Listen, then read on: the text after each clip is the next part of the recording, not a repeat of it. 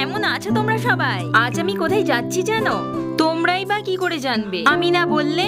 এই গরমে মনে হয় আমি পাগল হয়ে গেছি, তাই উল্টো পাল্টা কথা বলছি। চলো তোমাদেরকে বলেই দিই আমি কোথায় যাচ্ছি। আর শুধু আমি নয় কিন্তু, মা, বাবা, ভাই আর আমি। তার আগে তোমাদেরকে বলি, আমরা এখন আছি নূরপুর জেটি ঘাটে। আমি তো এখানে এসে অবাক হয়ে গেছি যে এত সুন্দর জেটি কবে বানালো। যাই হোক, খুবই ভালোই লাগে, কারণ আমাদের এখানে জেটির অবস্থা খুবই খারাপ হয়ে গেছিল। মানুষ যে কোনো সময়ে নদীতে পড়ে যেতে পারতো। আর হ্যাঁ, চলো তোমাদেরকে বলি আমি কোথায় যাচ্ছি। আমি যাচ্ছি প্রায় 1 বছর পরে আমার মামার বাড়ি।